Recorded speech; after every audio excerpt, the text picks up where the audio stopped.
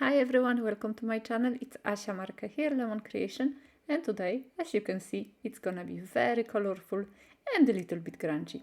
So stay tuned.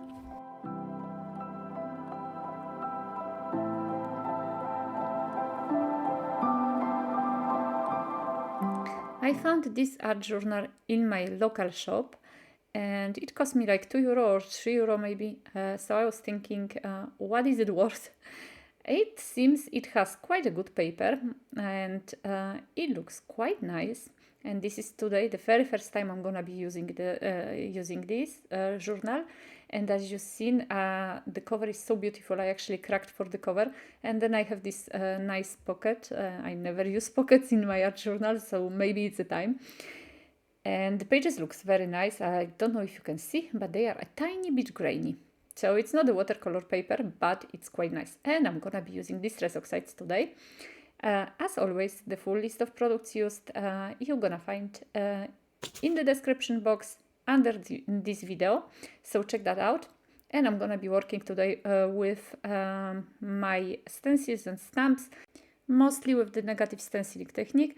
So I just dab the ink onto the stencil and I just turn it upside down and place on the paper. And with this technique you have two ways of doing it.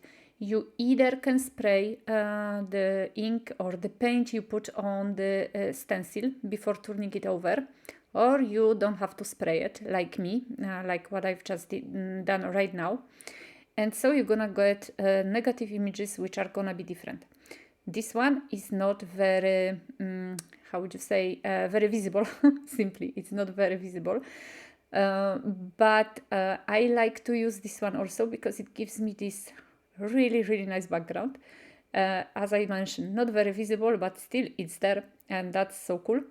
And then I still have the ink which stayed on the stencil. So I sprayed it a little bit with water, not too much, so it doesn't run, but just a tiny bit. And then when I turn it upside down, I get an image which is still the same image, but it looks a little bit different because there is a little bit more of color.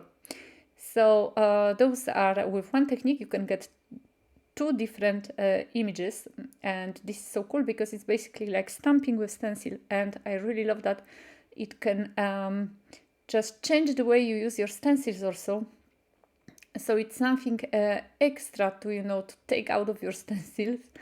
And if you don't have that many stamps, you can use this one, this technique, and it's gonna work really, really nice. And I actually loved this color I used. I'm not sure, I think it was Seedless Preserve, but as I said, I'm gonna give you the full list of colors in the description box below. And this is my second stencil, and for this one I decided actually to stencil it the correct way. I mean the correct way. There is no correct or incorrect way. For me both are perfect, but the more regular way maybe of stenciling. And I am not a big fan of the color. I mean, I really, really love the color on the swatch, but when I put it with this purple color, I kind of didn't like it so much.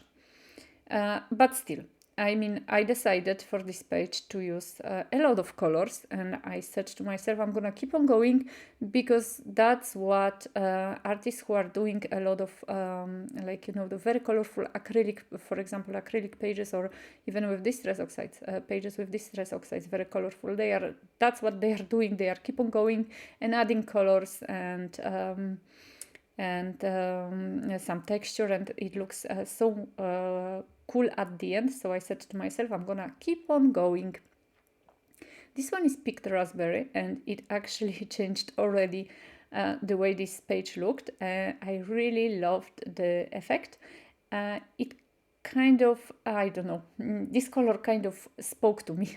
And I thought that, with the first one, with the Seedless Preserve, it looks so much better. But then again, I didn't want to go for the same colors once again. I still struggle a little bit with the color combos. So for me, it's also experimenting like that. And yes, the pages might not work at the end, but I'm trying my best. My experiments are still, if it comes to the color combo, they are still a little bit shy but one day I think I'm gonna learn how to manage all of that, I hope. And I will find a good I don't know, technique or whatever to put the colors or to choose the colors to put easily together. And I got a little bit of transfer on the second page. I didn't want the transfer, so here comes handy my mono eraser, which is just a really great eraser. You can remove almost every ink from the page. And a little bit of orange color, which I do not remember the name anymore. I think it was curved pumpkin. You're gonna get it in the description list or product list in the description box. And I love actually the pink and orange together.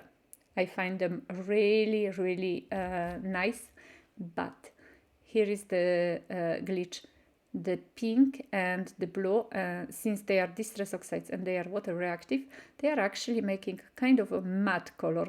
Not even green, because normally yellow and blue would give you green, but this one is definitely orange, and it makes kind of like a brown almost color. So I was trying to avoid the places when there is blue and just not to mix them together, so avoid this kind of muddy color. But that's also distress oxides, you know, you can always remove a little bit of color. And anyway, I always have a piece of tissue handy, and if I see that the colors are not reacting the way they should, I just dab the excess with the tissue, and it's almost a sin not to use water, not to spray a little bit of water or sprinkle a little bit of water on the distress oxides. So that's what I've done before drying everything off. And here is the very first set of my stamps, which I released yesterday, I think, in my shop. And that's the thing also, guys. I'm gonna explain you how to use the stamps. Some of you are asking me the first 2-3 impressions. Try to do them on the side with the permanent ink and leave the ink on the stamp. I know that a lot of you like to have the stamps clean. Maybe you have a product which can take away this stickiness, the first time stickiness from the stamp. I don't know about that. I always do that. I keep my stamps like that. And I heard that from other crafters and artists. That is what they do. They actually leave permanent black ink on the stamp, and that takes a little bit of this stickiness, or a lot of this stickiness, and afterwards the stamps are good to use. So this is the very first time I'm using this stamp, and I didn't want to have very crisp image, so that's why I stamp it first on the scrap paper on the side, to just have this, you know, this stamp in the background. And then the second stamp, Perfect Mess, which is actually like a, I don't know, twin to the stencil I have. And this one I actually used yesterday for the, I think, ATC cards. But I used only a part of it, so today I kind of didn't stamp on the scrap paper. I just stamped straight away on the journal. And the stamped image was not perfect once again, but then again I didn't want the stamp image to be perfect, because that's what I was trying to go for, a little bit of like a, you know, not very crisp dark. But you can see already between the first one and the second impression, it's such a big change. So basically you stamp a few times with the permanent ink and the stamps are gonna work perfectly. And I'm using a little bit of washi tape. These ones I got for Christmas, I think, from Aall Create. And that's the very first time, as you can see, I'm using it. And sometimes I like to add a little bit of glue to keep the washi in place, because they tend to sometimes kind of disconnect from the page or unglue, or I don't know the word. But yes, I love the grunginess of those tapes, and one is a little kind of like a bright, the other is dark, so it's super cool. And I think they add a lot of interest to the page. You know, a lot of grunge, and you know me, I'm all about grunge. So here we go, just trying to place the pieces of the tape wherever I feel they go the best, and just add this tiny bit of extra interest to the page. I sped up the process. I know it's quite quick, but at the same time I was tearing the tape, so I mean you didn't lose anything. And those are the DIGI files, which I have also in my shop. So today is very much about my products, but yes, it's like that. And I print them this way. I print them on the Canon paper, Canon matte paper, and I put them, I work on them either, I work on them in Photoshop. So I embed the pages, the photos on or the graphics on the A4 page. But I know you can do it also in the like a photo application on Mac, or you can even, if you are not very, you know, if you don't like computers too much, you can even do it in Word. And I do different sizes. So like that I have either for ATCs or for the art journals. I wanted to put the dancer on this page, but she was way too small. So finally I decided to go for those 3 people graphics, and this girl definitely won. I think the fact that she is quite big, it's actually helping, because the art journal is quite big. It's 21 by 21 centimeters, so it's quite big, and it's quite busy. The page is quite busy with all the colors and the stamping, so it needed something quite big as a focal point. I darkened the edges a little bit, because it looks a little bit better, but I don't always do that. Sometimes I actually kind of hurry, to be honest, or I feel like it's not very important to darken the edges, and I don't do that. But quite often I try to still darken them and make it a little bit nicer that way. And here is my new book also, Very Sassy Sentiments. I went this time for things which are funny and sassy, and I hope you're gonna like.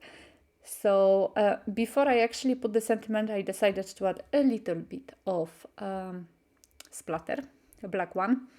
I used the Fuumuui brush. I actually work almost entirely, or yes, with Fuumuui brushes lately. I really like them. And I decided to do the splatter with the fresco finish chalk acrylic, because it has this nice matte color to it, chalky finish, so I like that so much. And it's always nice to add a little bit of splatter, and for this page, which is so grungy, I think it works quite nice. And after drying it off, I'm gonna just put the sentiment, and this is gonna be it for this page. It looks kind of different from the pages I usually make. Lately, I've noticed I actually do a lot of pages with the whole composition kind of in the middle. And so I decided to change a little bit to even for you, so you can see a little bit of different ways of doing the pages also.